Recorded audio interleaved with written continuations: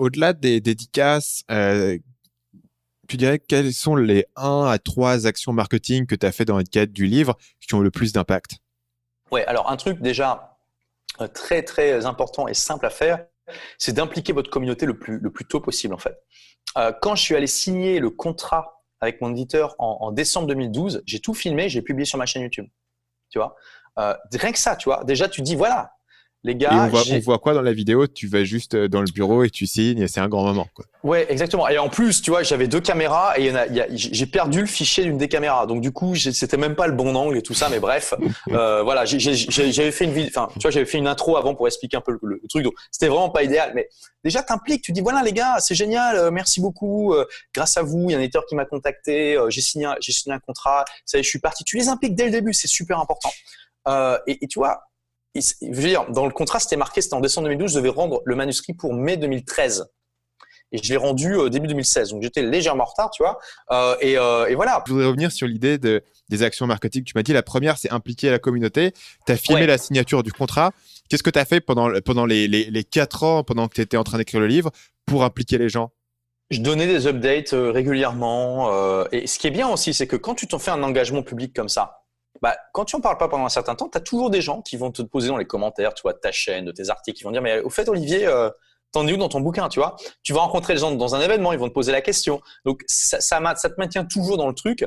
Et voilà, ça te permet de garder ce contact avec la communauté. Aussi, beaucoup, c'est ça qui était intéressant aussi, tu vois. Je veux dire, l'époque où on écrivait son bouquin dans sa tour d'ivoire, dans son monastère, voilà, en mode isolé, que voilà, puis après on prenait son chef-d'œuvre et boum, on le publiait, c'est fini quoi. C'est fini. Aujourd'hui, je recommande à tous les auteurs d'avoir une démarche Lean Startup dans l'écriture de leurs livres. Qu'est-ce que ça veut dire? Ça veut dire la démarche Lean Startup. On évite ça justement de bosser pendant 2 ans sur un produit pour se rendre compte trop tard que tout le monde s'en fout complètement. On essaie de se confronter le plus vite possible à la réalité du terrain, d'être en interaction avec les clients potentiels. Et le livre, c'est la même chose. Aujourd'hui, ce que j'ai fait moi personnellement, c'est ce que je recommande à tout le monde.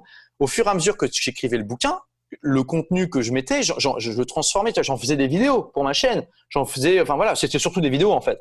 Et du coup, c'est génial parce que ça te permet de voir si ça accroche les gens, ça te permet de voir si t'as pas des trous en fait dans ta manière de le décrire, parce que tu vas le voir dans les questions, dans les réactions et tout ça. Et du coup, c'est aussi une co-création avec ta communauté.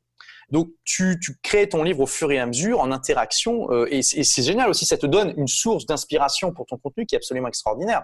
Donc voilà. Et d'ailleurs, il y a des gens comme par exemple Jean-Philippe Touzeau du blog Révolution personnelle. Il a écrit plusieurs romans qui se sont classés dans le top 10 des ventes Kindle pendant des années. Il a d'abord écrit son roman sous forme de feuilleton sur son blog. Tu vois. Et ça, c'est génial aussi pour impliquer ta communauté, tout ça. Puis à la moitié, il a dit bon, allez, je vous ai publié la moitié gratos, l'autre moitié, ça sera dans le bouquin. Tu vois, c'est génial. Les gens, ils deviennent fous avec ça. Ouais, ça a aussi été le modèle qui était suivi par le mec qui a écrit ce film avec Matt Damon sur Mars, The Martian à l'origine. Il avait écrit à l'origine sur son blog chapitre par chapitre. Et à l'origine, c'était un truc totalement auto-publié, etc. Et c'est intéressant. J'ai fait pas mal de modèles là-dessus. Des gens qui faisaient rentrer une espèce de livre de bêta-lecteur. J'ai été sur plusieurs dans le milieu un peu anglophone d'entrepreneurs sur lequel je suis. C'est un modèle assez populaire.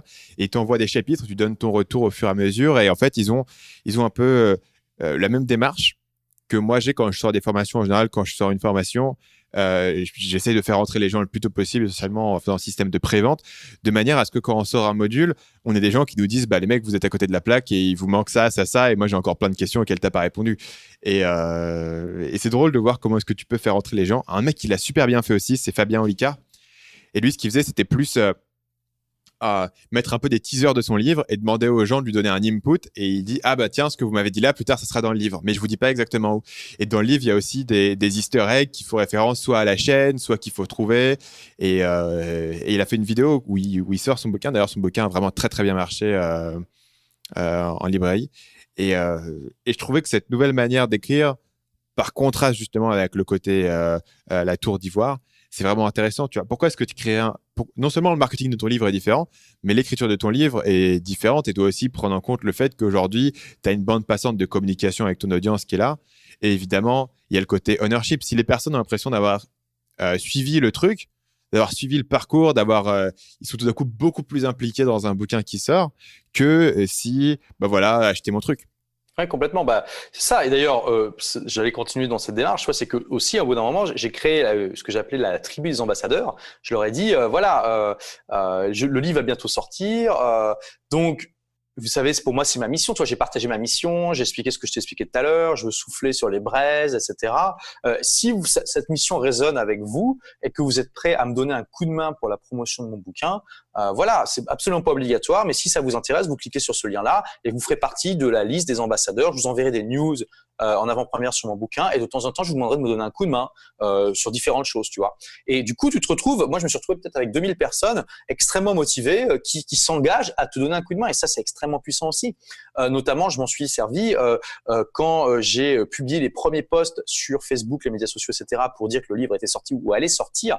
J'ai envoyé un mail à ces ambassadeurs en disant voici le lien du statut Facebook. Est-ce que vous pouvez, s'il vous plaît, liker, partager un max? Et tout de suite, ça te donne des centaines de likes et de partages et ça t'aide tout de suite à créer un momentum énorme sur ça. Et c'est d'ailleurs, pour la petite anecdote, c'est ce post Facebook qui avait peut-être déjà des milliers de likes, qui m'a permis de convaincre la personne qui se charge des événements, des dédicaces au Cultura, d'organiser la dédicace alors que j'étais un nobody, tu vois, j'ai jamais publié de bouquin et que c'était 2 semaines après, tu vois.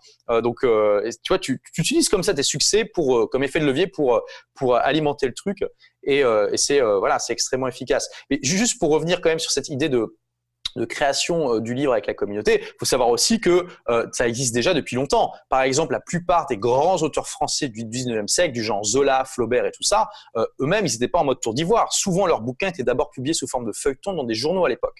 Et il y avait des retours, bien sûr de manière beaucoup plus efficace qu'aujourd'hui, mais quand même, il y avait le courrier des lecteurs, tu vois. Donc, ils avaient des retours aussi, et parfois, il y a des bouquins qui ont été changés suite à des feedbacks des lecteurs. Donc, il faut aussi se dire que les grandes figures de la littérature française avaient aussi des méthodes de fonctionnement comme ça. Et donc, finalement, là, on l'adapte à l'ère numérique, et bien sûr, on a beaucoup plus de bandes passantes, comme tu disais. Salut, c'est Stan, j'espère que vous avez apprécié cet extrait du podcast Marketing Mania. Bien sûr, vous pouvez retrouver l'ensemble des épisodes du podcast, y compris les instructions sur comment vous abonner sur l'application Apple Podcast ou sur votre téléphone Android en vous rendant sur mon site à l'adresse marketingmania.fr/podcast. Je vous ai mis le lien dans la description de cette vidéo.